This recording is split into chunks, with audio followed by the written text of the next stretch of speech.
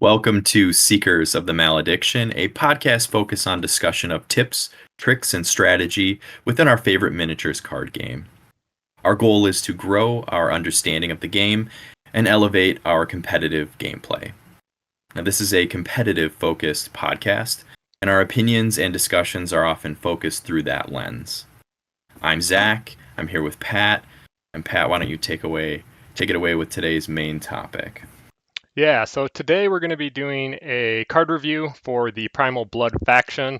We'll go through all the cards, kind of have some discussion around them, our thoughts, give a letter grade to each of them.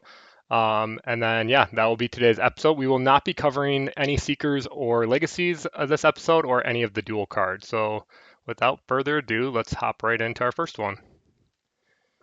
All right, so we have Adrenaline Rush. It's a 3-cost Echo. It's a spell that is channel speed. An ally performs an action or uses an ability that costs 1 AP. Zach, you want to open us up for initial thoughts? Yeah, so I think trading Echo for onboard AP feels pretty solid in most factions. I think it feels especially good in Primal Blood. I think that they, in some ways, comparatively lack some of the spell power that other factions do. I think this ends up being appropriately costed, right? It's versatile. It's kind of above costed some of the other factions. Specified AP cards, right? We've got a 1-cost move elsewhere. We've got a 2-cost free attack elsewhere. Here, this is a 3-cost sort of open, versatile AP. I think it's going to be a staple in a lot of Primal Blood stuff. I think we're going to see 2 or 3 copies in a lot of Primal Blood decks. I don't think that this is sort of an A card, right? If we're looking at these cards graded A through F, I don't think this in a vacuum is an A card. Maybe it is in certain decks, but I do think it's pushing a high grade because of its versatility. I think it's going to see a lot of play. So my grade on it, I've got it at a B+. Yeah. I think that's, you've hit on a lot of good points. The one thing I would add here is that for Adrenaline Rush, I think obviously you get more value hitting it on more high value, or more efficient cards, right? So if you're casting this on your Tarok Beast, it's not going to do as much as you cast it on Thundersteps, right? Yeah. I have found that, I always start with it in my decks, but then I really am taking a look at the decks at the end, and I'm like, all right, what am I trying to do here? What kind of mixture of units do I have? And if I find I don't have a lot of elite or unique type units in my deck, I find myself often cutting this card. But yeah, very versatile, very strong. The being able to do either move or attack, anything that causes out of activation movement in this game, I think is very strong. I put it at a B-, so we're a little bit there. I guess this is probably a good opportunity to also introduce how we approach grading the cards. So for me, anything in the A range is just like a bomb, essentially. You'll always find value when you play it. It's very rarely going to be dead in hand. There's not going to be a situation where playing this card just doesn't feel good and give you immediate value. B range is all, like, those are the cards I want to fill my deck. If there was enough card selection and I could fill my cards with all Bs, great, that's perfect. Cs for me are like those niche cards, either filler or maybe they are good in one specific deck, right? Like very unique. Sideboard card, yeah. Sideboard card. The Ds are, like, I gave Ds that I really don't think that they're valuable, but maybe in the future with other cards or other Seekers, they could be a little bit better, but they're just, you don't want to put them in your deck right now. I don't see any use for them in the current state of the game. And then S are just unplayable. I don't think that they'll ever get good, essentially. Do you have any, I guess, did you approach it any differently, Zach? No, I think it's pretty similar. I think we're going to see, just because of the size of the game, a lot of staple cards, a lot of good cards in that B range. I think A's are generally getting played in a large majority of decks of the color. But otherwise, I think I agree. I don't think that all of my A's are bombs per se, but I think that they're all sort of top tier of their play styles, of their colors, etc. All right. All right. Let's move on to the next one.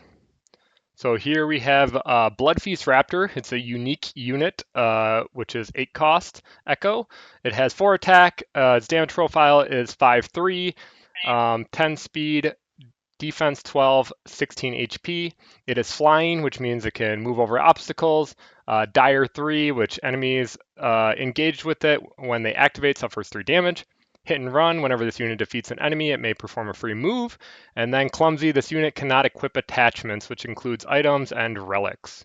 So Zach, why don't you open us up on this one too? Yeah, yeah, and feel free to jump in on this one. I think that this card in a vacuum is very awkward. I think it's a high cost card that you want to be able to basically hit the board running, and it's more or less potentially a reliable relic holder, etc. And then you see that it is clumsy. And I think that that hurts this card so much. I think Primal Blood is searching for reliable relic holders. I think they have an issue with, or a potential issue with, having reliable relic holders. This one could have been one. Speed 10 is obviously fantastic, and the fact that it is clumsy just smacks this card's grade in my mind down.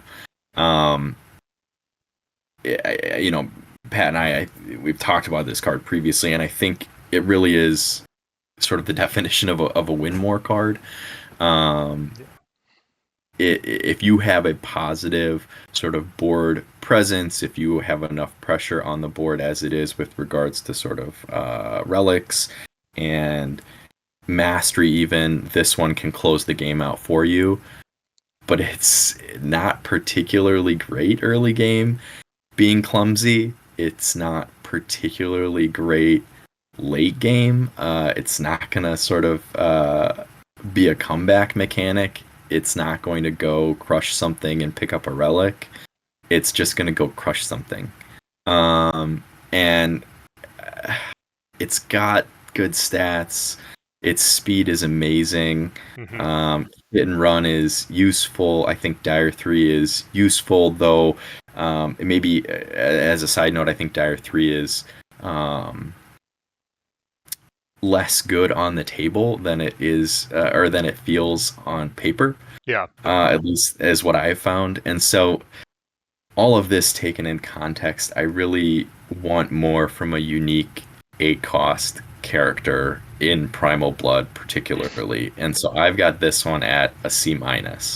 Yeah, I totally agree with you if I can interject. Yeah. Just the clumsy on it is really bad on a unique unit that costs 8. As you said, if you're behind, this thing does not save you if you throw it on the table, right? If they have a better board state, the last thing this thing wants to do is fight multiple units, which is kind of counterintuitive due to the Dire 3, right? Like you feel like you want to charge in there. I'm going to get Dire 3. I'm going to do like this AoE. But what ends up happening is that they take 3 damage on their units, and then they just kill this thing, and it's a free 8 points to them. That's how I've had it in my game. The times where I'm like, oh, I'm going to charge this into 2 or 3 units. They're all going to activate. It's going to be Dire 3. Like, yeah, they take some damage, but then they just end up killing this with 12 defense and 16 health. I don't know. I'm pretty low on this card.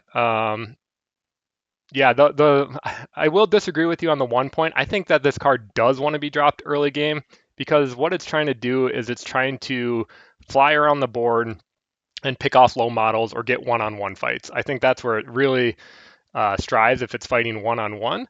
But other than that, like a lot of the games, they tend to you steal the early relics and then you're going to fight over 1 or 2 possible locations, right? And it kind of like starts grouping models up. And then there's a fight where everyone's trying to contest like one relic and fight over that one relic. That's how most of my game experiences have. And when that happens, Yeah. models are getting engaged by everything, and this thing just isn't making good use of its abilities, I feel. I think, yeah, and I think Speaking of sort of the early game distinction with this card, I think part of its issue, and I think we're going to see it repeated across sort of these card reviews and these faction reviews, is cost as a liability, both in terms of the mastery that it can give up, which I think you kind of note on, right? It doesn't want to fight multiple things. It's giving up 8 mastery, right? And it's permanent mastery. It's not even mastery that comes, is lost should a relic be dropped, as a comparison point. Here it's permanent mastery, and I think it's in an awkward spot in general because of its high cost. There's sort of a resource liability there too, where if you're playing Thundersteps in Primal Blood, you're casting Thundersteps, right? You're almost always deploying him early, and this plus Thundersteps just drains you. And does Ingor really want an early Bloodfeast Raptor? I don't know. Yeah. And right? And I don't even know if he has a spot in an Auric build. And so sort of looking in the context of its faction too, I think only hurts it more. I think Primal Blood wishes it had a solid 8 cost unique unit, particularly one that can pick up relics, and this I think this one just misses the mark, unfortunately. And all that said, we have it fairly low, right? And it's great, and yet I think a lot of builds, at least at this early stage, are going to be taking it or are going to need to take it. Yeah. It is a great card to bid for initiative. Sorry, I was just going to say it's a great card to bid, which is how I often use it. But I think I might be cutting this card for another low cost card at this point in my playtest. I didn't give it my grade. I gave it a D plus. The other thing that we've hit on is just the clumsy is so damning on it. Like, it's never going to get better than what is on the stats on the card. And relics are so strong. Like, if you think about seekers that are 10 cost, like, they're going to get better because you're probably going to pick up a relic with them. You're going to pass them something. They're going to get stronger than what's even printed on the card. The fact that this it's always going to be what's printed, it just feels bad. So let's move things along. Let's get on to the next one here. All right, we have Bloodfrenzy Berserker. It is a 7 cost elite unit, 3 attack, 4/2 damage profile, 8 speed, 11 defense, 16 health. Wild Strike, which it can subtract 2 on its attack, and if it hits, it deals an extra 2 damage. Berserker, while this model's health is lower than or equal to half its original health, it gets, or its current max health, it gets plus 2 damage. And Devastate, this unit deals 2 extra damage on criticals. I can start on this one. So I like the speed. I like the HP. That's kind of where it ends for me. For a 7 cost, for a 7 cost, 4/2 damage profile seems a little bit low. And I'll compare. We haven't gotten to this, but there's a 4 cost unit that's a Cabra Mauler that is a 3/2 damage profile with Wild Strike, and it is also 3 attack. So if you're always like, I think Wild Strike is actually really good. I think most times you're going to use it unless you really need to hit to finish off a model. But if it's like you're going into a full health model, I think you almost always use it unless you're like hitting at like 30 or 40%, or like they have an ability like phasing on the shades or thrice murder. So I think you always do it because they're just all upside. But Berserk, I mean, it's so situational. Your opponent can play around it to some extent just by not damaging it until it actually has enough to just deal with it. And Devastate is just a non-ability to me. Like, there's a one spell that can guarantee you a crit, but 1 out of 20, you're never making a play with that in mind, I guess, as paying off. So yeah, I'm pretty low on it. I'll save my grade until you go, Zach, and then we can kind of give them at the same time. Yeah, sure. So I'm in the same spot. Like, and this I think brings up a general theme that I found, and I think we've found sort of in looking at the game competitively, is that some of these higher cost characters, particularly sort of the 7 cost slot and some of the elite characters in general, they end up being mastery liabilities, right? They don't bring enough to the table for their cost. They end up giving a ton of mastery to the opponent, which is of course the win count of the game. And that is rough. I think this is sort of emblematic of the problem with some of these higher costed elites. the Bloodfrenzy Berserker has good stats, generally speaking. Its defense is middling, but its speed is great. Its damage is sort of on the level, and its health is great. Yeah. All of that said, it's clearly, I think, suffering from a cost bloat because of abilities that you don't really want anyways. I agree. I like Wild Strike on other units, right? We'll get to the Mauler, but here, do I want my Berserker who costs 7 to potentially be glancing a whole bunch? I don't know. It's different when it's on a Mauler who's 4 cost, right? You have essentially 2 of them on the field for the same cost Yep. as a Berserker. And that's where Wild Strike, I think, starts to get awkward. If this thing had 4 attack, maybe it'd be a different story. It has 3 attack. Right. And as you said, Berserk, Devastate, kind of non-factors, and yet adding to the cost of this unit. I'm not super high on it. I think in red, in Primal Blood, he's a little. You almost have to take him in quite a few builds, particularly in sort of a pure, Primal Blood build and a Thunderous build, or I guess if one of the dual color casters is going, pure Primal Blood. But other than that, I think that there are just better options for less cost. In truth, I have the Berserker at a C. Yeah, I got it at a C- as well. So roughly the same area. I think you're taking it, like you said, because you have to have it. And this first episode is going to be a little long because I think we're sharing a lot of our thoughts into the game.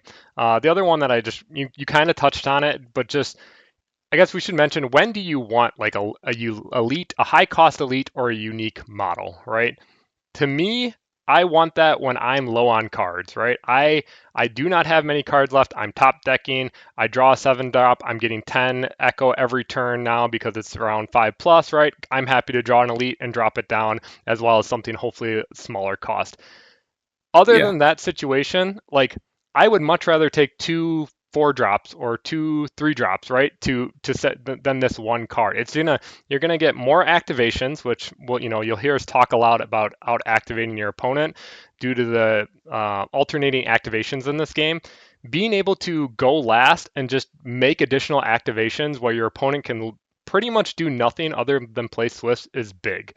So to me, like, a 7-drop has to do a lot, or I need to be in that situation where I'm out of cards and I'm happy to see it. Um, Otherwise, I'm almost always preferring smaller models that can just do more, right? They're 2 separate models. They can be in 2 different places. You get 2 different unique activations. I mean, you're getting 4 actions out of 2 units compared to the 2 out of Yeah. just 1, right? I think we'll see a lot of curves go lower in the game just because of how strong having multiple activations are. Do you have any other thoughts before we continue, Zach? No, I think that was well said. Great. All right, we got next up is Boneclaw Raider. She is a 6 Echo elite human unit. 2 attack, 4/2 damage profile, 6 speed, 12 defense, 12 HP. Dash during this unit's activation can perform a free move, and nimble. This unit can move without provoking retaliation. I'll go with this one first as well. So again, I love speed. I like the 6 speed. 4/2 damage profile is, I think, right in that range. That's where you typically see 5s and 6 drops. Is that 4/2? And then I already mentioned it once, but whenever you're getting free movement, I think it is a strong ability. And this one can just not care about what's tying her up. She's always going to get and try to assassinate essentially whatever unit that is being your problem. I think this is a fairly solid unit. Yeah, I agree. Honestly, the only problem I have with this unit is kind of its 12-12 defensive line. I think cost-wise, you're at that sort of disadvantaged defensive line simply because of its other positives, right? I think being effectively a 3 AP unit for 6 cost is great. The attack could be a 3 instead of a 2 maybe, and I'd be happy, but otherwise I think this unit's solid. I think it's honestly, at this point, I think it's almost a staple in Primal Blood, Hmm. particularly in pure Primal Blood. I'm taking it in a ton of red lists. Yeah. You hit on 3 AP. It's actually 4 AP a lot of times, right? Because it has nimble too. So it's almost like you're getting Yeah, Swift. a Yeah, free or not swift. What I'm blanking the disengage action essentially. yeah, Um, yeah, shift. Yeah, shift yeah. it. Yeah, so it's essentially you're getting a free shift and then 2 AP on top of that. So it could be up to 4 AP. Other times 3 AP. Very strong. I gave it a B minus. What about you, I've got Zach? it at a B plus. I actually really like this unit. I think the speed and the ability to simply, disengage without retaliation is huge. Yeah. I think it gets to relics, it contests relics. The 4/2 damage profile, you can get it to where it needs to be, and sometimes just put a tap in where you need to. I like this unit a lot. Yeah, I guess I'll say I put in a B minus. It's always in my Thunderstep deck, but in the other two decks, Ingor and Auric right now, I don't currently play these. I just think that there's other better unit selection, so that's why I have her at a B minus. I think it's a solid card. It's just getting beaten out by other good cards when you open up to dual colors. Yeah, fair enough. All right, next up, the Cabra Mauler, 4-cost Echo unit. It has 3 attack, 3/2 damage profile, 6 speed, 11 defense, and 12 health. It has Wild Strike, which we already talked about, and it has Knockback 4. So whenever this unit scores a hit, it may push the defender up to 4 inches. Why don't you start us off with this one? Yeah, I think this unit's fantastic. It's one that on paper initially felt unimpressive to me, almost kind of like a your staple mid cost or mid low cost unit that you just include in red, but on the table it does a lot of work.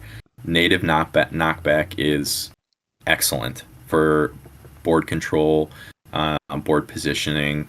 I think Wild Strike is actually a viable option. I think it's decent, and perhaps you use it almost every single time with this unit.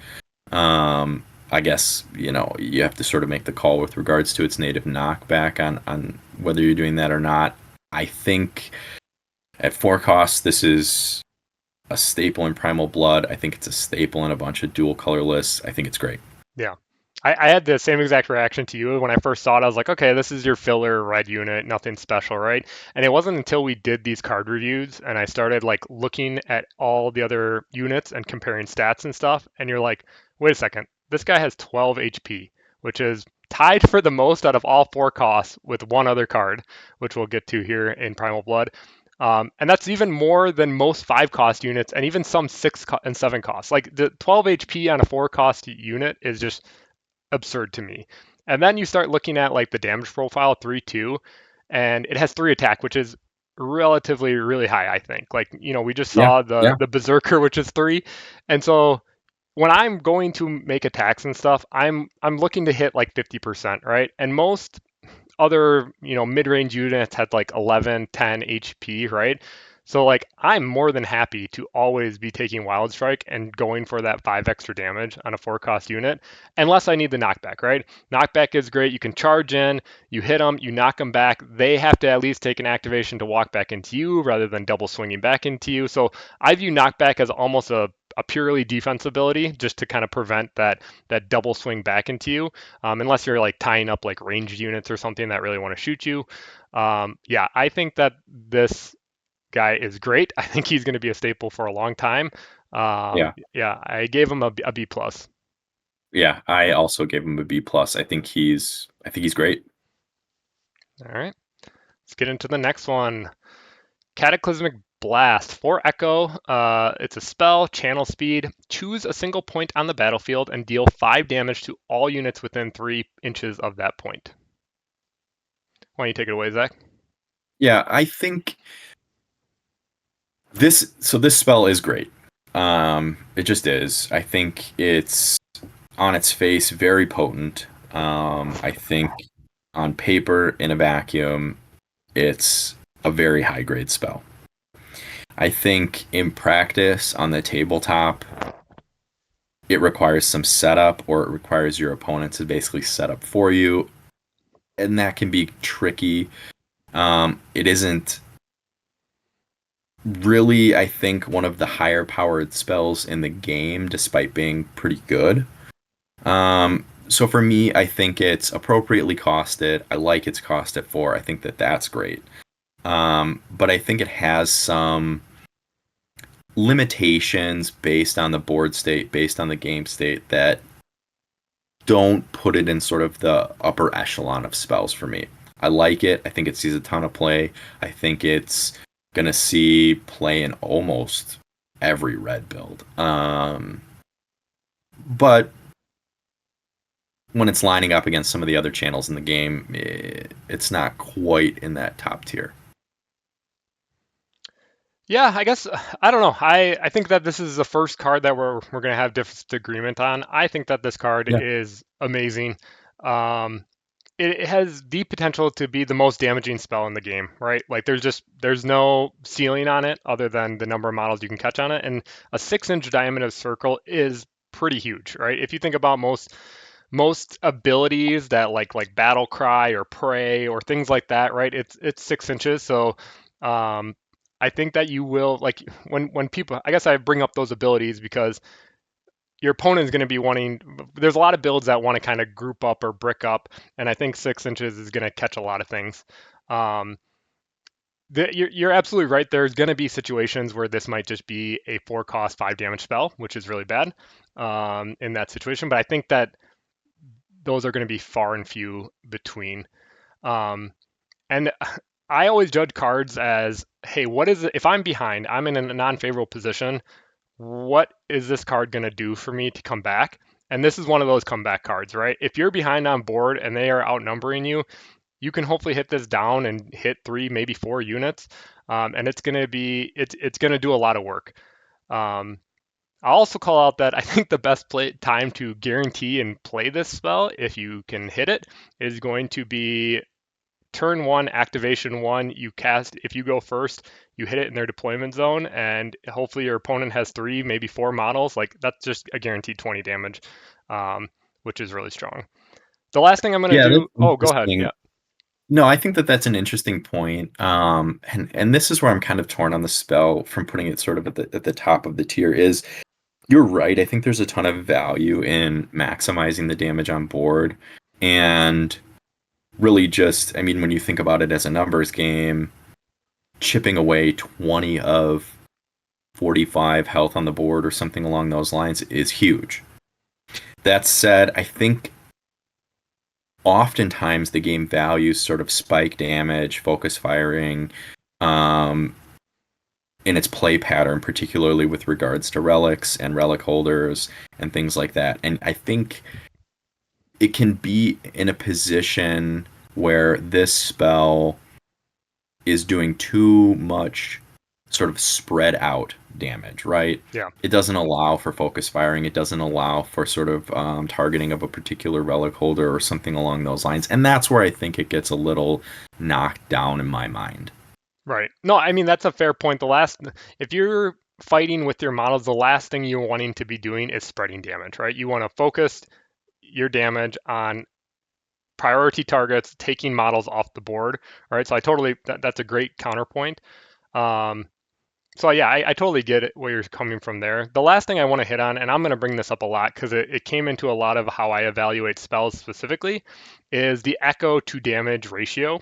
While I went through the game, I often found that 1 echo roughly equivalates to 2 damage, right? That's kind of like the bar or the theme I was picking up on while evaluating. So for this, like you need to hit 2 targets to do 10 damage to essentially break even on that echo ratio, right? You know, that would be 4 echo should do 8 damage. If I hit 2 targets, it's 10 damage. But I think that more often than not, you'll get 3. But yeah, I guess I don't know. I'm at it an A at it. I think it's a strong card. I think, like you said, it's in every single one of the red Yeah, decks that I'm currently building. Where do you have it right now? I have it at a B plus. I think it's also in every single one of my red builds, to be fair. One interesting question I have for you is how, in your mind, do we evaluate that it hits your own units? Do we care? Yeah, since it's a single point, that's the other reason why I love it. It's not like from Yeah, a yeah, model. that's You fair. I don't mean, you you can don't need line control of it. sight. You don't need anything like no line of effect, no line of sight. You just literally pick a point on the battlefield. And like I said, like I've not been in a place where I've been able to swarm my like like usually there's a battle line, right? And like you can just drop this on your opponent's side of the battle line of or line of engagement rather, and only hit their stuff. Um, yeah, but you like you said, you can hit your stuff. I just think Yeah, it's you can put it in a position where you're not going to, or yeah, if I you think if that's it's probably if true. it's a difference between hitting two of their units versus four of their units and one of their units, then I'm it's all circumstance, right? But I don't even think about that as a drawback, just with how versatile and easy to use this is or cast. So Yeah, that's fair. all right, next card. Consume Carcass, 2 cost, spell, channel. It has, if a unit entered a discard pile during this activation, this card gains Quicken. Um, and Quicken spells are essentially changed to Swift, which, the limitations right now, if you're not aware, you can only cast 1 channel per activation, but you can cast unlimited number of Swifts. And then the ability is that you banish a unit card from any discard pile, an ally recovers 3 health. So actually, while reading it, I at first this card made zero sense to me. I doesn't match the echo to damage or in this case health ratio, right? So a 2 cost echo, I'd want it to heal 4. Oftentimes 2 cost echoes heal 5 health, so it's very low on terms of like what you're getting back. I did just realize that it banishes a unit from a discard pile, so it does prevent recursion, but I don't think recursion is that prevalent in the game right now. I mean, there's Morta, which brings back stuff, but I don't want to bring this in just to tech against Morta and prevent skeletons and shades coming back. Um, yeah, I think it's very niche, and a lot of times it's just going to be dead in hand. I don't understand the quicken ability either. Like, why does this That card? might be, I mean, maybe that is sort of the reason why it has Quicken. You can essentially respond to something on the board dying and remove it from the discard before the next activation, which might just reanimate it. Yeah, because I think there's well, 3 cards. There's a card in not Conclave, Shattered Throne that returns a dead unit from your discard that died this turn. There's Morta, which Yeah, can bring back skeletons, and then I think there's a green, the Fallen spell that when a unit dies, you can bring back I think it's Fallen, and play it yeah. to the battlefield right away. So those would be the targets that this is hitting. I don't think that right now. I'm not high on this card, and it's not great. I gave it an F. Where are you at it right now? I'm at an F as well. I mean, I think you're right. It has these like really bizarre niche plays, but they are so bizarrely niche that like I cannot even justify giving it spots in a sideboard. Right. At least at this moment. I don't think it plays to Primal Blood strengths. I don't think it's worth a slot in your deck list or your sideboard presently. Yeah. Yeah, I agree. I mean, red deck right now, your red decks, all I found are wanting to be aggressors or tempo players and stuff. And this like dealing with cards and the discard pile is typically like more of a control based matchup, right? And I just don't think any of them want to play that. Maybe this card gets better with future seekers, and if recursion becomes a problem um, in the meta, in future releases. But right now, I don't think it's doing enough. So we'll move on to the next one. All right, we got Diehard. 3 cost, spell, swift. Choose an ally. During this activation, that ally's health cannot be reduced below 1. Why don't you start us off on this one, Zach? Yeah, I think this one's an interesting one. I think this card, when in hand, is either going to be amazing or underwhelming. Almost without fail. It's gonna be one or the other.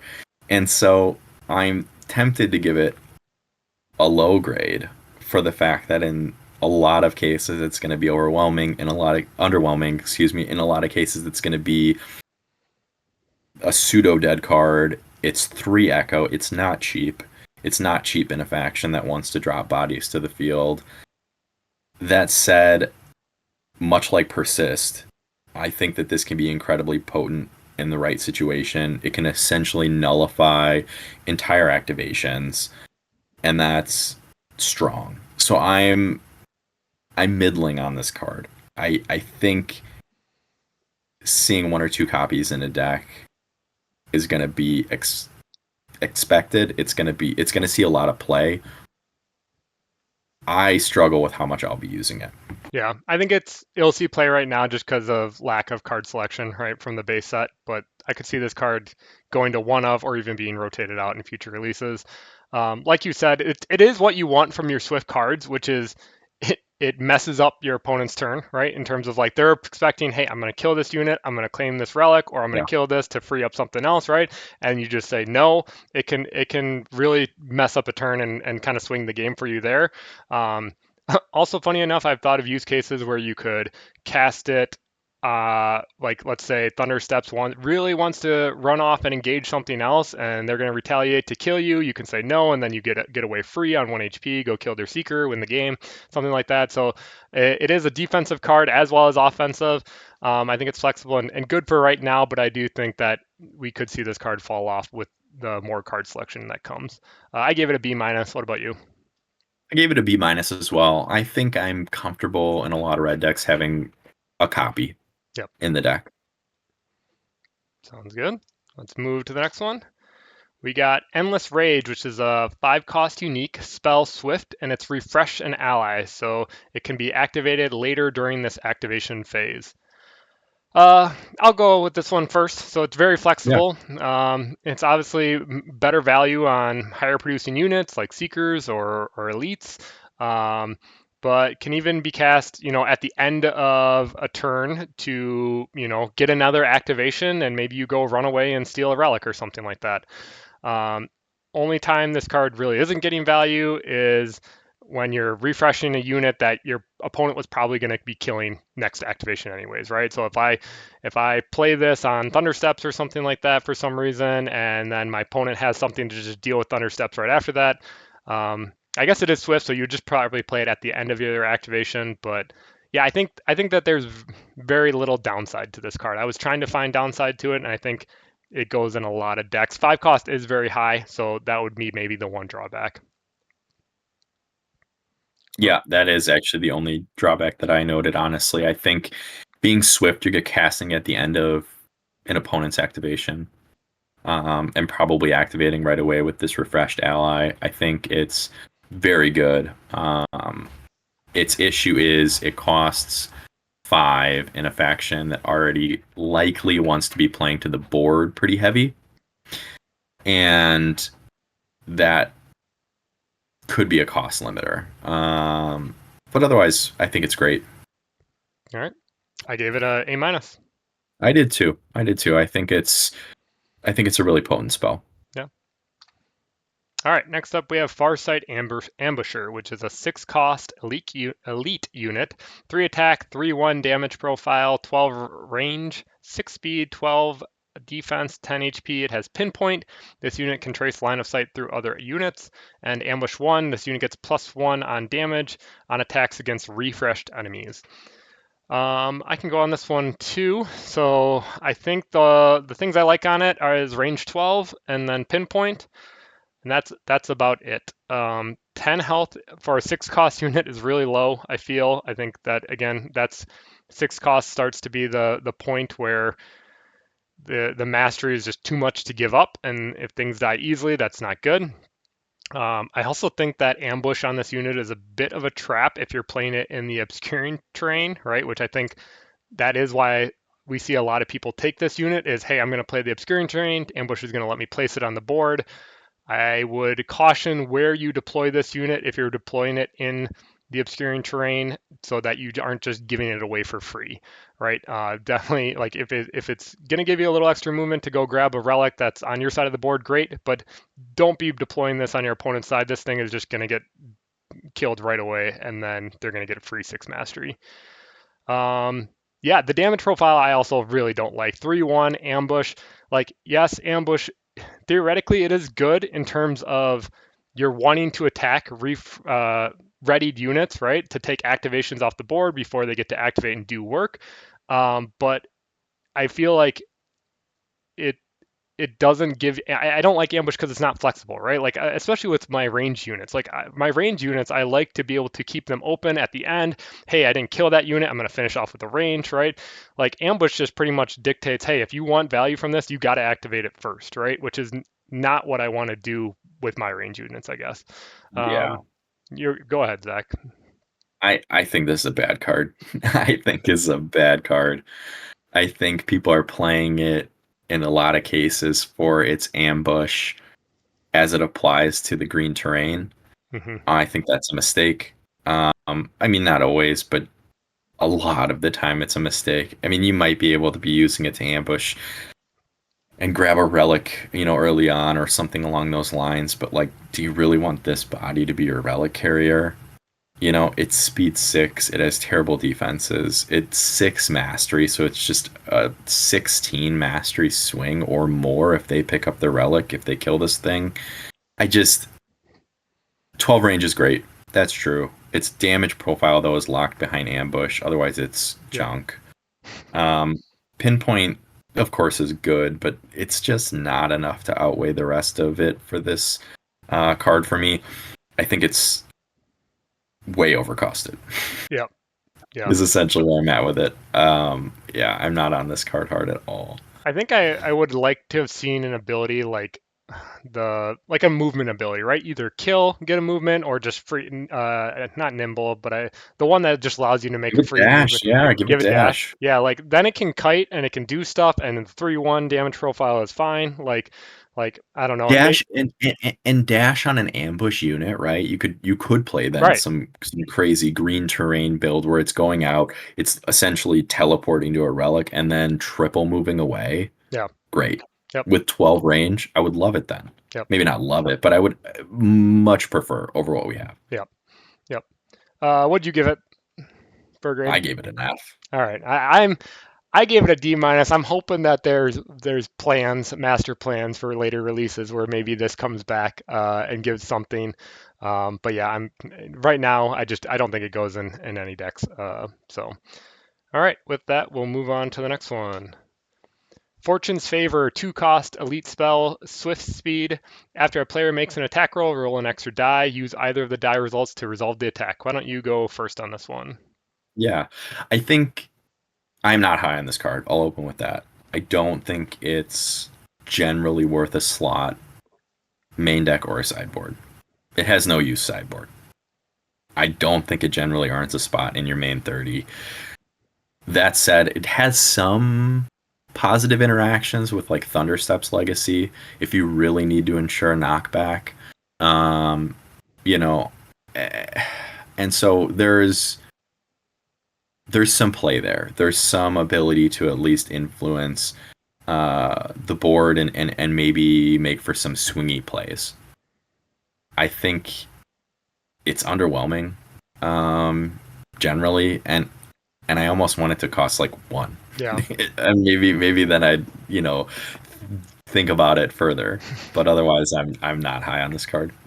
Yeah, I'm not high on it either. I'm not high enough to do the work, but I'm curious what the math on it is in terms of like what does a d20 reroll give you? Is it like +2 attack or plus, you know what I mean? Like I'm sure Yeah, someone that's smarter out there can tell us. But yeah, for me, like I feel like it's somewhere in the range of like +2 attack, right? Or maybe +3 or something like that. I could be completely off on that. Yeah, it's just not for me. I actually don't like the D20 system. I suck at rolling D20s, so those luckier than me maybe like it, but it's definitely not a card I want for consistency.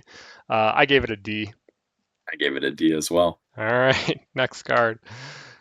Heartstab Blast. It's 2-cost basic spell, channel speed. Choose an ally, deal 3 damage to all units nearby that ally, push damage units 2 inches away from it. So this one thing I just want to clarify here is that you have to do the push. A lot of like knockback and other push spells, it's may or even up to. If this hits, you have to push the units 2 inches away, and it does damage your friendly units as well. Why don't you take it away from there? I just wanted to clarify those things. Yeah, my notes actually as I'm looking at them, the first thing I wrote was super mid. Yeah. And I think this spell has the potential to be great on certain boards and in certain board states. I think it has these moments where it's going to push something away from a relic and you're going to be able to claim it. I think it's going to have these moments where it pushes an opponent into the flesh gardens and you're, essentially doing 9, right? For the 2. And that's awesome. All that said, it's gonna flop a lot too. It's gonna not have good plays a lot as well. I think Red's gonna be playing it. Primal Blood's gonna be playing it a ton. Hmm. Anyway, I think you might not see a full 3 copies in your 30. You might see 2 in a lot of cases, but I think the opportunity for those positive interactions with the board that are so swingy means that this is still gonna, find its way into people's decks quite a bit. Yeah. Yeah, there's a couple things in interaction. So red is very fast, right? You have Tarok Beasts, which we're going to get to. They're 10 speed, and there's a couple of other like 8, 10 speed in it. So I do think that you can use your models to potentially get multiple enemies engaged and get essentially a 6 damage spell, which is a great ratio, right? For 2 cost echoes, you're doing 6 damage. Um, what I like using this spell more for actually is if I have like I love it in Ingor. Ingor obviously wants to do AoE and like sling spells and stuff like that anyways, but it's really good to clear off your ranged units, Larry. Like that, like just want a little bit of space, or like maybe you want to clear off a unit and then go engage something else or reposition, right? Like I I think I like it more as like a just for strictly the pushback. The damage on top of it is great, but like I'm thinking about an Ingor with the skeleton archers, right? They can't do melee damage, right? So if you cast this on a skeleton archer and it pushes them 2 inches away, and then you get a pop in the face with the plus Yeah, 1 damage, right? Like that's where I really like this spell. Um, yeah, it's just a little bit extra damage to push through. I think it will go in most red decks, though I think this one will very much fall off later. I do think that it's going to be dead in hand. Like I think you're going to have to really have intention when casting this, right? This isn't just like, oh, I drew this. Oh yeah, I can yeah. just play it, right? Like I think that's a good way to put it. Yeah. so. Yeah, I gave it a C plus. What about you?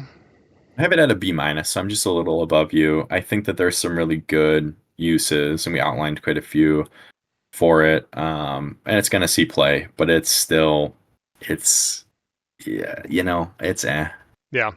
Yep. All right. Next card, Hunter Sense. It's 2 cost, basic spell, channel level or channel speed. It's look at the top 3 cards of your deck, add 1 to your hand, and shuffle the rest into your deck.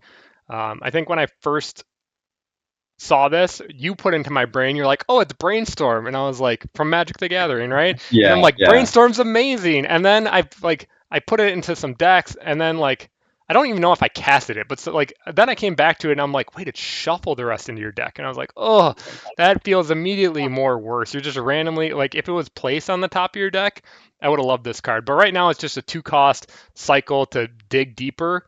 That being said, I haven't tried it yet, but I put it into my Ingor deck because theoretically, this is a card that I would love to top deck, right? With Ingor's legacy ability. Yeah. And then you get to cast it for free. You get to dig to find some values. You get a free card at that point. So it turns Ingor's legacy into a card draw.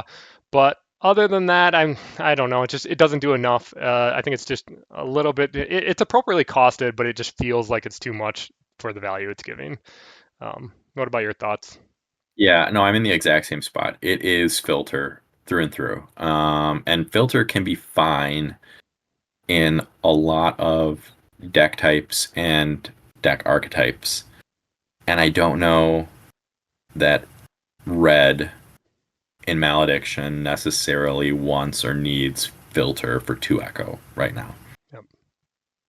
That said, I do think you're right. I think it potentially has play in Ingor. Ingor often has, at least in our experience, right, like a glut of echo. So let alone being able to cast it off the top with his legacy, you also often have sort of excess echo, and this filter's fine if you're sitting on excess echo. I don't know where it gets play elsewhere. Even in Ingor, it's a bit tempered with the fact that he has access to green, right? Black.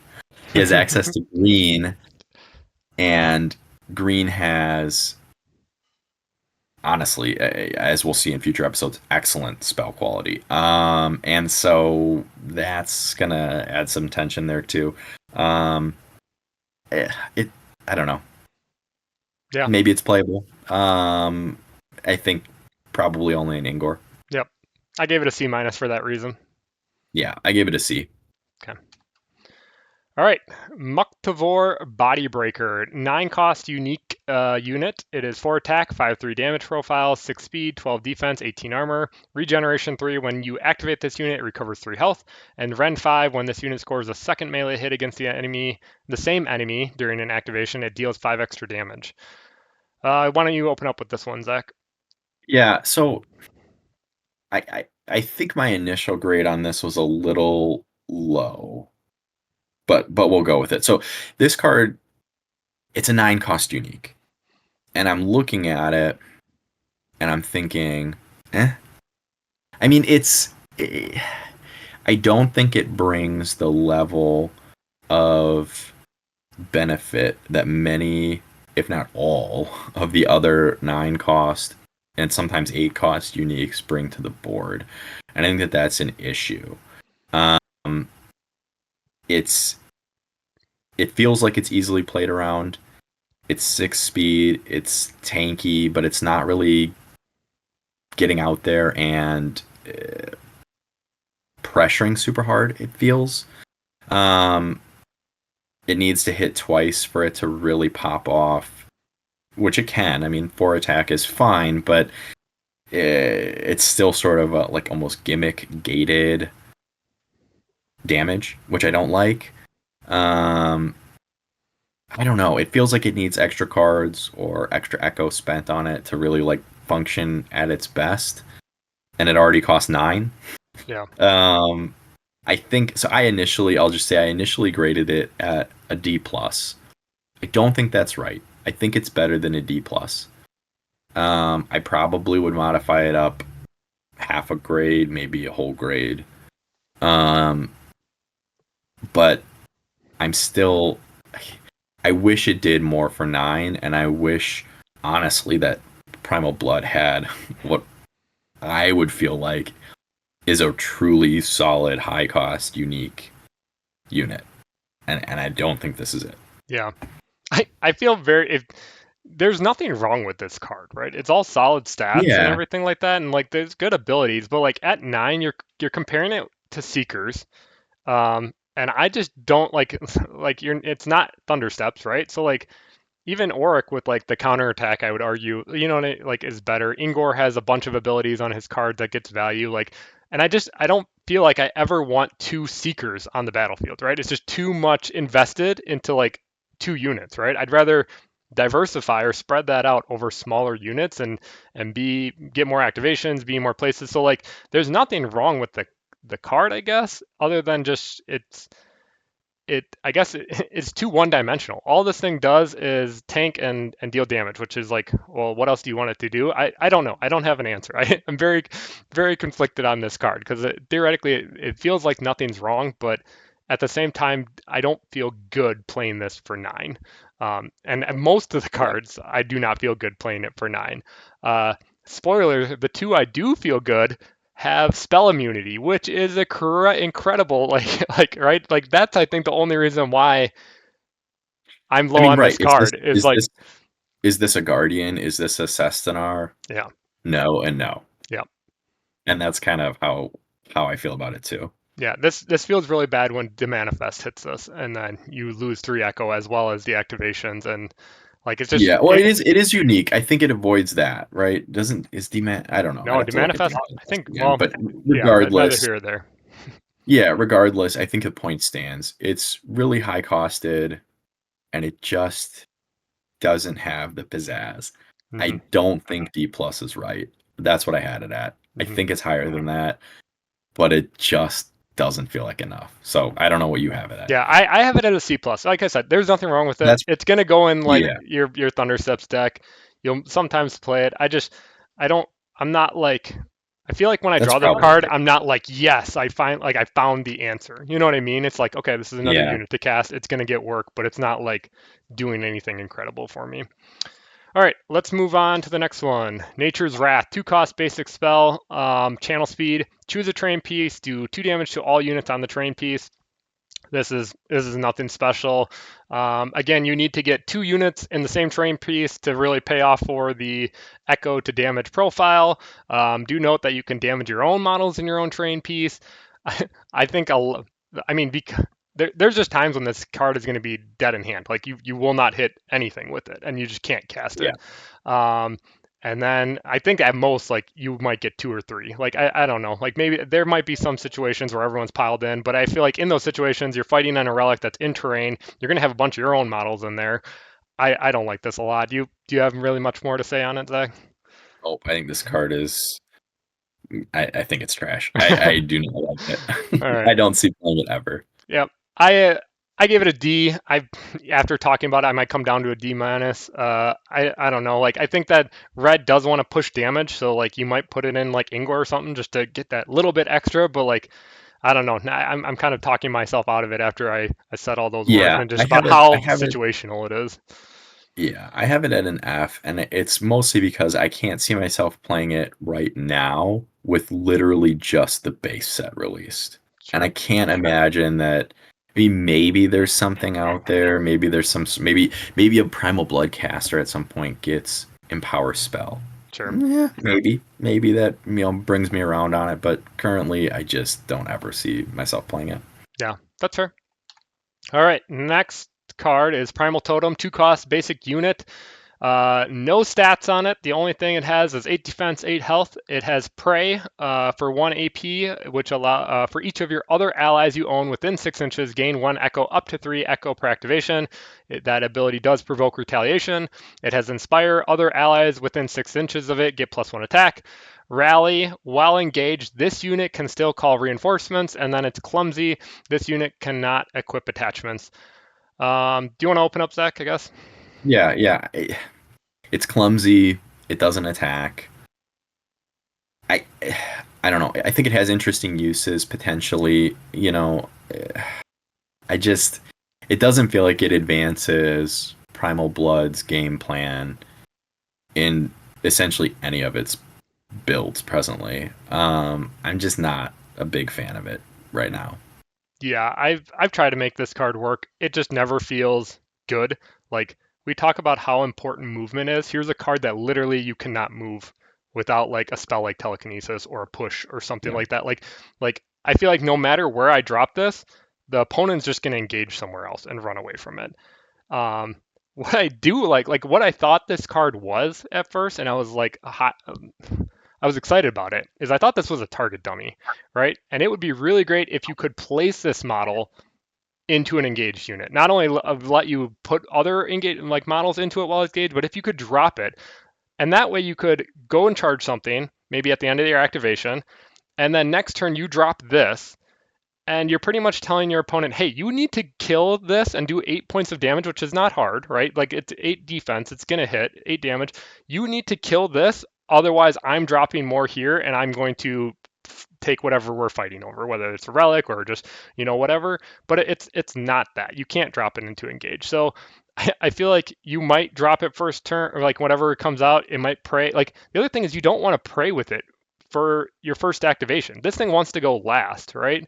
So like by that time, all your stuff that you deployed it next to is away, right? Like it's already moved. Yeah, So I potentially. don't Yeah. even know if you're guaranteeing the prey on it unless you're prioritizing an early activation, which just seems wrong.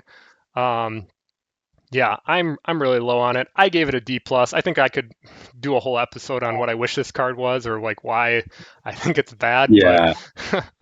I have it at a C minus. I think Prey as an ability is incredibly strong. It brings it up a little bit for me.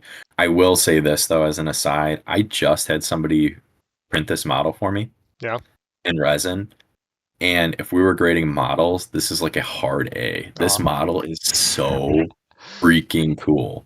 All of them, all the different variations, Yeah. so cool. Or, So throw or that like give out it an there. ability where like you're like an unengaged model can pick this up and move with it, right? Or it's like something like Yeah, I think it yeah. needs movement. That's what I really hate about it right now is like you just drop it and then run away from it and it doesn't do anything. Is what I feel like in most games. So all right, next card, Retribution. 3 cost, elite unit, swift speed. It's a spell. As a unit suffers damage from attack, deal that same amount of damage back to the attacker. This is situationally good. Uh, Great if you hit it on something big like an unmake for 10 damage, right? Can be used offensively to like push a little bit of extra damage to kill off something that maybe you didn't kill. That being said, again, back to the damage ratio. 3 Echo, I feel like most times this is doing somewhere like 3 to 4 damage, maybe 5. So it's not really it's not really getting a whole bunch of value from in terms of what damage you will do back to the attacker. Yeah, I'm kind of mid on it. What about you? I'm a little higher actually, and I think I'm forgiving its damage ratio issues, which are clearly going to be there 7 times out of 10, right? It's you know 3 out of 10 you're going to catch some crazy big attack and it's going to be wild. But I'm forgiving it because it's swift. And I think often it's just going to catch someone off guard and it's just going to potentially end an opposing activation at 1 AP. They make an attack, they're sitting at, low health, they wanted to pop off 2 attacks with somebody before they eventually, leave the board, and you just make them leave the board early. I think it's one of Red's better damage spells. I like it. I like it a lot, actually. Okay. What'd you give it for grade? I gave it a B plus. Okay. I gave it a C. I still have it in my deck for situationally good. Like I think it's good with Auric. You can counterattack. They hit you. You do damage back. You counterattack them. All of a sudden, out of nowhere, you're doing like 9, 8, 9, 10 damage. Right? Just one shot them or something like that. So I think you'll Yeah. see play. I think it's. I think most times, like you're gonna hold it in hand, and you're like, that's my problem with it is like you're gonna hold on to it for value, and you're like, I'm gonna wait until Thundersteps hits me for 7, and then it's just like it never comes. He glances a bunch, and you know what I mean? Like you're I holding up think a bunch of one, echo, and it just never comes, kind of thing. yeah, I know. I think that that's fair, and I think you're right. But I also think people really do like the plus damage relics Yeah, as well. And reflecting extra damage back at a relic holder is pretty sweet too. So sure. something to think about. Yeah, no, that's fair.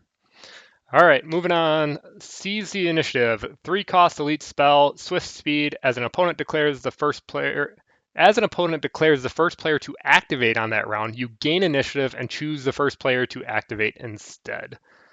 Why don't you start us off with this? I think it's an interesting one of in a lot of decks. I think maybe you hold it in hand for the right situation, but then we're talking about holding a card in hand that isn't doing anything in the turn you get it. I it isn't good. It isn't bad. I don't know. It's a weird one to evaluate. I'm mid on it. Maybe it's a one of in some builds. Yeah, I think it's a one of in some builds and stuff as well. Um, we'll probably have another discussion about like tactics and stuff like that, and Yeah. I think there's a lot to be said about the initiative bin in general.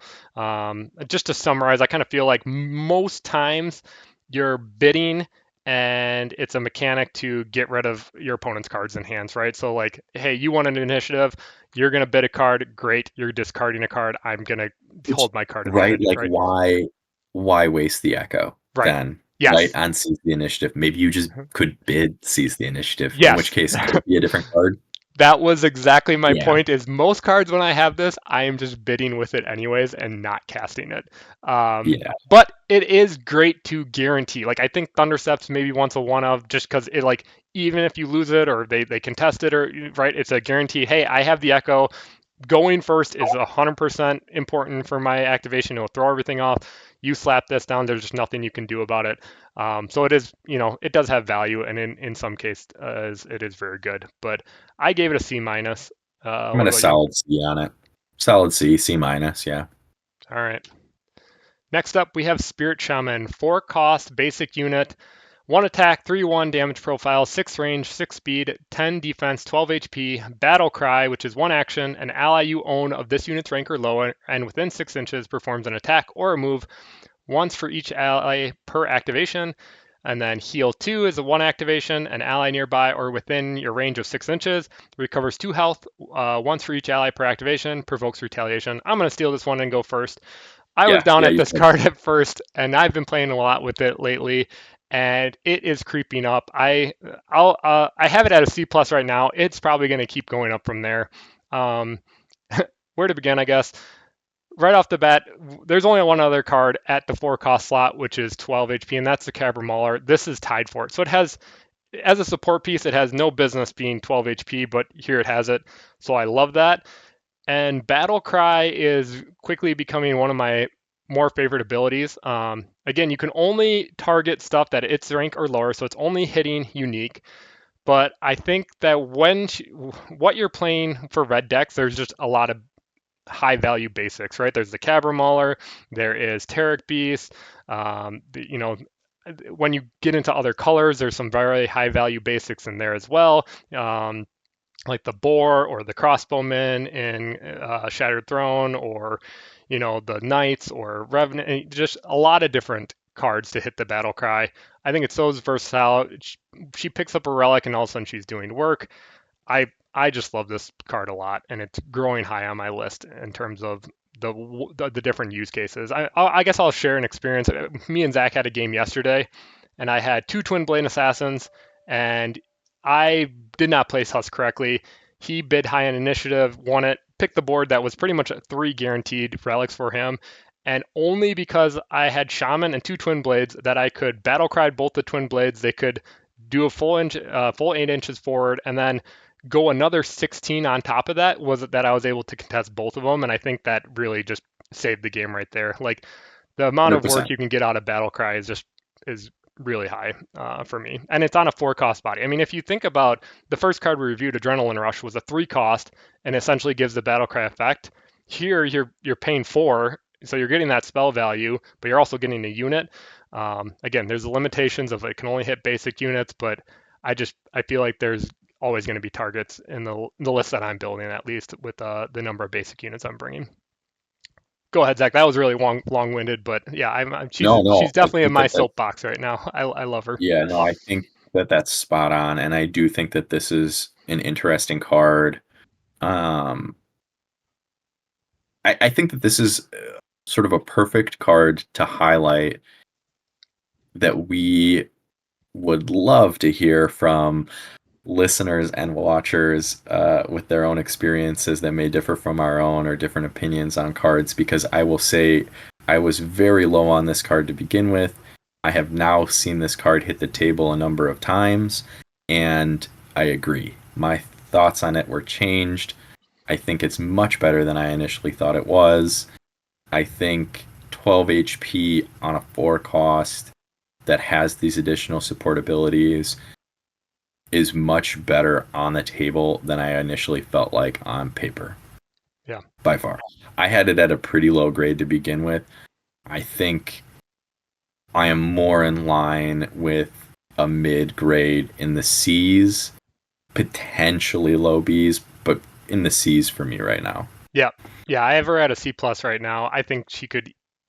We'll see what else comes out in terms of more basic units, but I could see her going up to B minus. I think the thing that really solidifies it is like support units. Like, we'll take the Priest, for example. She's also a very support piece, 4 cost. But like, as the game goes on, you don't really care about Echo much. She doesn't do much, right? But with Spirit Shaman, Battle Cry almost gets stronger throughout the game if you have other units that you can cast it on, right? I'd much rather, like, cast it on a Tarok Beast to do a 4/2 damage, right, with a Swarm, or a Cabra Mauler that could do 5/2 damage, right? Like, that's where, like, it's a support piece that lasts kind of the whole game. It's not just for early game. So yeah, I like her a lot. Moving on. All right, so the actual problem child here, we got Tarok Beast, which is a 2 cost basic unit, 2 attack, 3/1 damage profile, 10 speed, 11 defense, 10 HP, has Swarm 1. This unit gets +1 attacks against enemies engaged with another ally. Clumsy, this unit cannot equip attachments. I'll let you take this one, Zach. Why don't you kick us off? Like this card is fantastic. I think it's absolutely fantastic. I think it's appropriately costed with Clumsy. I think in this instance, if Clumsy brought this down to being a 2 cost, great. Yeah. It's a pressure card. It has 10 speed. It has Swarm 1, so potentially a very good damage profile for a 2 cost. I think this card is a hit for Primal Blood. I think you're going to see 3 in essentially every red or red adjacent build out there. I think it's a great staple. I think it does exactly what Primal Blood wants to do, and that's put pressure on the board, and it's pressure that you can get just about anywhere you need it to be. So I like this card a ton. Yep. Yeah, I love it too. 10 speed, 10 HP is just so ridiculous on a 2 cost body. Like, I don't care that this thing has Clumsy. And then the 4/2 damage profile is just kind of laughable at that point. I think this will be a 3 of in almost every deck, unless you're like building some niche kind of thing. Like, I could see like Auric maybe if you're really like pushing items that you can't give it, so you can't start generating card draw and revenue on it. But like, there is never a time where I've not drawn this card and like been happy to play it. Like, it's just another body, even late game. Like you slap this down with extra stuff. Like, it's getting around the board. It's setting up. My favorite thing to do with it is go last and then run it from across the board pretty much and put it just outside your opponent's models, and you have a free thing to deploy into, right? Like whether it's Thundersteps or Auric or something else big, right? Like, it just has so much ridiculous speed. The only thing that draws it back is it is on a medium base, so it's like kind of clunky. When I first before actually like deploying this thing, I was like, in my mind it was a small base, and then I was like, oh, these things are kind of huge. So that's really the only drawback for it, I think. Yeah, I gave it an A minus, but like there is no other basic or even like elite unit I think I gave an A to, right? I think that like me giving this an A minus is like I felt wrong doing that. Because I reserve A's to like it's gonna swing the game, right? But like this thing is just like it's not gonna win you the game, but like you're gonna be happy you played it, right? Like, I don't know. Yeah, so for me, A's are best in slot or nearly best in slot in terms of their echo cost and sort of what their faction or color wants to do. You know, this is a solid A for me. I think this card's fantastic. Yep. All right. Thunderous Devastation, 4-cost unique spell channel. During this activation on an ally's next attack, if it scores graze, it becomes a hit instead. If it scores a hit, it becomes a critical hit instead. You may push the defender up to X inches, where X is equal to the damage dealt by the attack. I think this is just a solid spell. Like, the knockback is good, guaranteeing a crit, especially with Thundersteps and other stuff that has Devastate, that does extra crit damage. I think it's just a solid spell that has a lot of different use cases.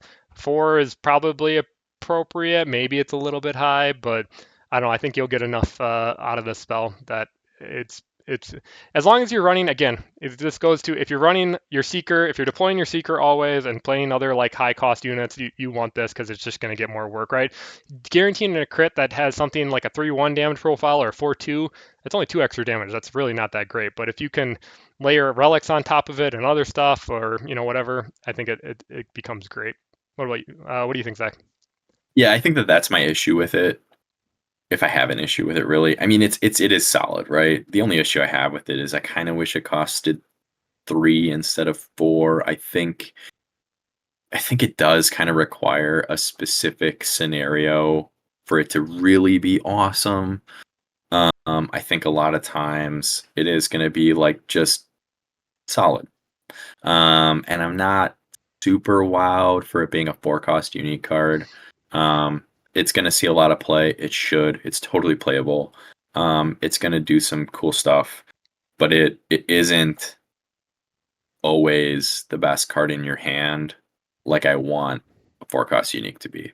Yeah. I guess. So I have it at a B. Might be a B plus. I'm gonna keep it at a B. That's fair. I give it an A. And I guess I should say, like, the crit to me is just bonus. It's really just the guaranteeing of the hit, because I think most damage profiles, like 4-2, or Yeah. even once you get to like 5-2, 5-3, you know, like Thundersteps is 7-3. Grazing really feels bad.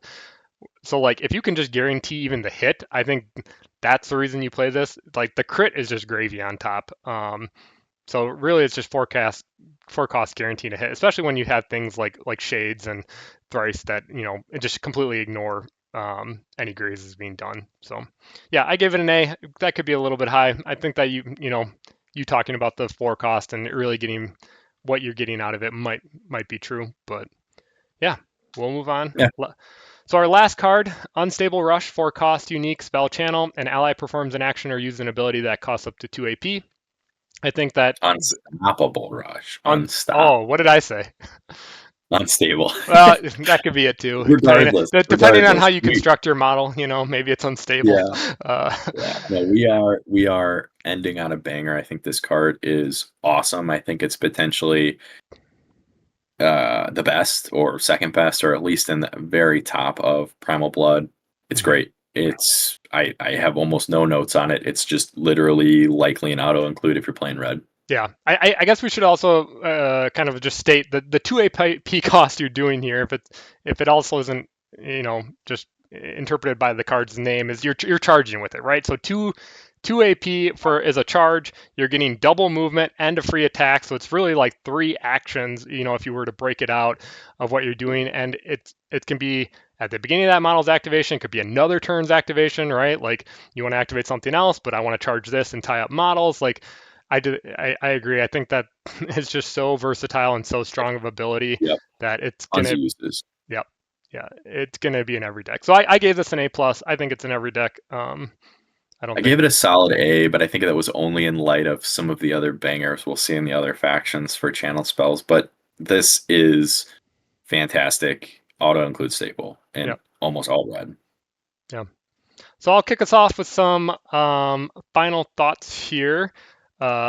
So I think overall, Red or Primal Blood has, you know, some of the. At first, I actually in my notes I said some of the weakest in the game, but I think that it's starting to come back up. You know, they have some of the like the Shaman, the Mauler, and the Tarok Beast are some of the 3 strongest, but then like everything outside of that, I just feel like it's so meh, you know. And then also it's a 22 cards, which is the least with one other faction. I think it's Conclave has, or no, it's Shattered Throne has 22, and I definitely feel like you feel it when building those like Thundersteps deck, right? Like I you know, we'll give a shout out to Bruno. He built the Thundersteps deck. I don't really think like there maybe is like 1 or 2 cards that you can swap out based on preferences there, but other than that, like the deck, the list just kind of builds itself. If you look at our grades and what we gave them, you put all the ones that got high grades, and that's pretty much the deck you're building. There's really not like any kind of different builds. Yeah. So yeah, I think it's okay. I think it's a great start, right? Like that, you know, I think as a theme throughout all the faction reviews that we'll do, we'll see that maybe Loot Studio was a little bit conservative, which is good for a base set. But it definitely it captures the theme, right? I think that there's a strong theme going on in Primal Blood that they delivered on. So from that set, I think it's good. What are your final thoughts? Yeah, I agree with you. I think Red overall probably has the lowest quality units on the whole in the game of the 4 factions. I think that there are some really notable exceptions, right? Tarok Beast, Raider, Mauler, potentially Shaman. I think are all, at least the first 3, very fantastic. And as a result, I think Primal Blood is leaning super heavy on its color pair if you're using a dual color seeker, or it's leaning heavy on Thundersteps, which is fine, I think, in both respects. But I think recognizing that is important. I think they've got this pressure-focused, play to the board type strategy that isn't always easy to play, but can be effectuated really well in Malediction with some practice. And I think that's going to be especially true if you are playing mono Primal Blood Thundersteps, learning when or where to deploy him and how often you might need to deploy him in a game is going to be key. because I do think that you're right. A lot of the red decks currently are going to kind of build themselves just based on card quality. I think Primal Blood, and this is my hot take, is the weakest faction in a vacuum. I think some play skill and practice can really bring that up. Making sure you're using their quality cards and learning how to use them well will serve you well. I think their strong cards are very strong. I think their weak cards, unfortunately, are plentiful and very weak. So they're an interesting faction presently. So we'll see how that goes going forward. Yeah. All right, well, that's going to do it for this episode and faction card review.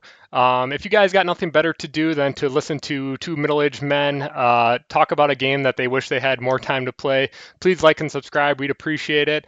Otherwise, until next time, bye.